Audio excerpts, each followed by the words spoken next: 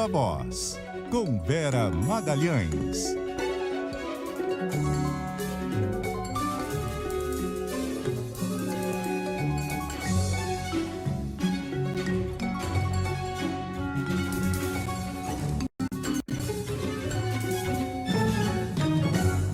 Oi, Vera, boa noite, tudo bom? Oi, Carol, boa noite, Leandro, todo mundo que nos ouve e nos assiste. Boa noite, Vera. Vera, saiu a reforma tributária, foi votado o projeto do CARF, só ficou faltando o arcabouço fiscal, né? Por que isso aí vai ficar para depois do recesso? Pois é, o Lira quase pôde pedir música no Fantástico, né? Fazendo 3 gols, mas um deles ficou para depois. E não é totalmente por acaso não, Carol.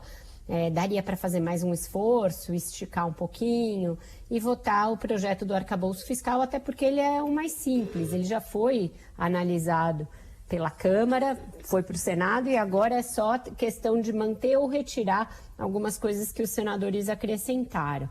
Mas o Lira, depois de muita negociação com o governo, um dia de muitas conversas, falou misteriosamente que o deputado Cláudio Cajado, que é o relator do arcabouço, não estava em Brasília e não tinha disponibilizado o texto. O que eu ouço nos bastidores é um pouco diferente, que o que pegou mesmo foi que o Lira fez chegar ao governo, por meio do ministro Fernando Haddad e dos ministros do Palácio, que ele entregou muito, que ele está gastando todo o capital político dele para ajudar o governo a votar a reforma tributária, a votar esse projeto do CARF, que era um projeto que tinha muitas resistências na casa, resistências no empresariado, no agronegócio, e ainda assim ele entregou, mas que agora está na hora do governo fazer a parte dele e entregar os ministérios para contemplá-lo. Ele também teria dito, segundo eu apurei, que gente que não ajuda em nada, o governo tem ministério e que ele está queimando todo o capital político dele e não é reconhecido, não tem o reconhecimento. Então, depois de ter conversado com o presidente Lula de manhã, o Lula ligou para ele para parabenizá-lo pela votação da reforma tributária, teria havido aí uma nova sinalização da parte do presidente de que essas mudanças nos ministérios vão sair. E aí agora já não seria mais só colocar o deputado Celso Sabino no governo. Está se discutindo, segundo me disseram, uma mexida um pouco maior que poderia levar para o governo também os republicanos e o PP. E aí sim seria uma coisa mais ousada, de abalar bastante a oposição e fazer com que o governo passasse a ter uma base segura, que não precisasse ser negociada a cada votação e ter essa influência grande do Lira a cada votação.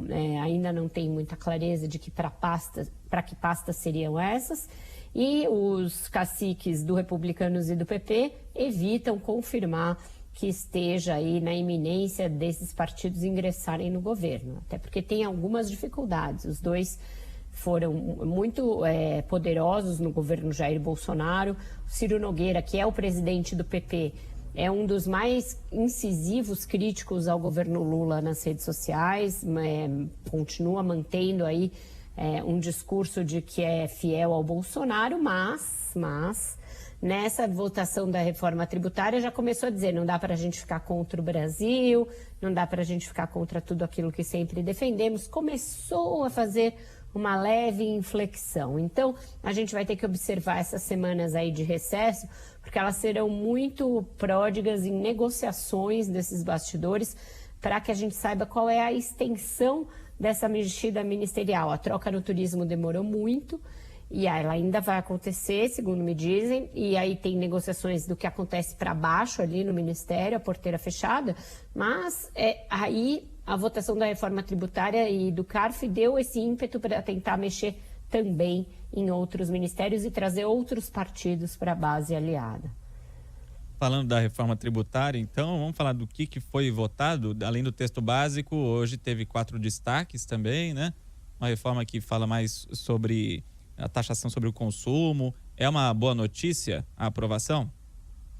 Olha, Leandro, a gente não vai demorar um tempo para saber, porque é uma reforma muito complexa, que está mexendo em muitos tributos, vai mexer na maneira de se arrecadar no Brasil, na maneira que a gente paga esses tributos, que não vão mais incidir em cascata, e ela tem um plano de implementação muito paulatino, muito gradual. Então, ela começa a ser implantada em 2025 e aí vai gradualmente substituindo a carga desses tributos que incidem sobre o consumo. Ela, na teoria, é uma ótima notícia, porque ela mexe com um cipoal de regras tributárias que a gente tem, principalmente aquelas ligadas ao ICMS, que variam de produto para produto, que variam de estado para estado e que exigem de quem quer investir no Brasil uma grande estrutura de advogados, de contadores, etc., para entender como pagar imposto. Então, essa simplificação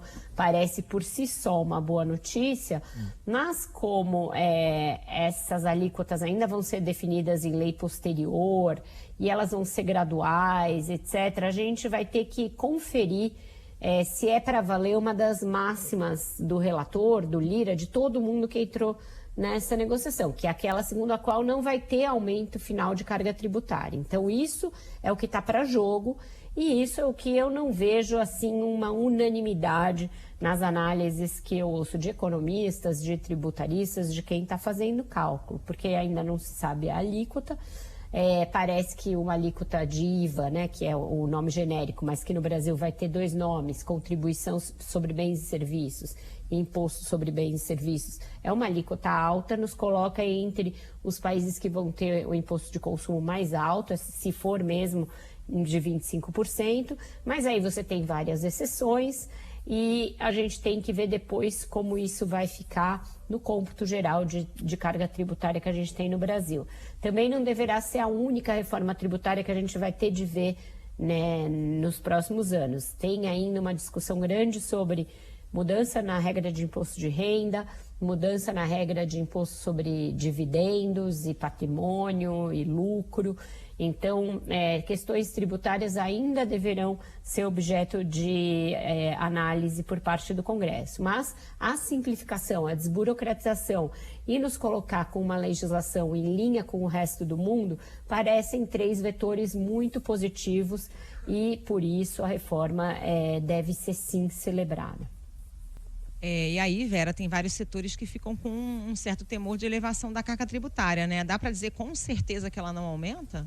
De jeito nenhum, Carol. Eu que não boto a minha mão nesse fogo. Vamos esperar. É em 2032 que a gente vai ter essa figurinha completa. Até lá a gente vai ter revelação de pedaços desse novo sistema. E vai ter momentos em que a legislação atual vai conviver com a transição para os tributos novos. Eles começam com uma alíquota bem baixinha e aí vão paulatinamente substituindo esses tributos que vão acabar. Então, PIS, COFINS acabam em 27, o ICMS diz adeus em 28, então ainda é uma coisa bem para frente, para a gente sentir esse efeito e para a gente entender se vai ter aumento de carga tributária ou não. Eu acho que uma coisa que dá para dizer com toda certeza é que a gente vai ter uma redução de litígio judicial ligado à questão tributária, porque só o fato de você não ter tantas leis e essas leis baterem umas com as outras em vários estados, em vários setores e tal, você já reduz a quantidade de demandas judiciais. Isso é bom e isso ajuda a dinamizar investimentos e a economia. Você também tem aí, da parte da maioria dos economistas, um cálculo de que esta reforma tem o potencial de elevar o nosso crescimento do PIB em até 2,37 lá no ano de até 2032. Então, são bons indicadores, são boas perspectivas, mas essa questão final de, na ponta do lápis, dizer se a gente teve ou não aumento de carga tributária, acho que isso só vai ficar para ser dito ali quando a reforma estiver totalmente implementada. E como é que funciona a regulamentação? Precisa de aprovação de outras leis? Muitas, algumas.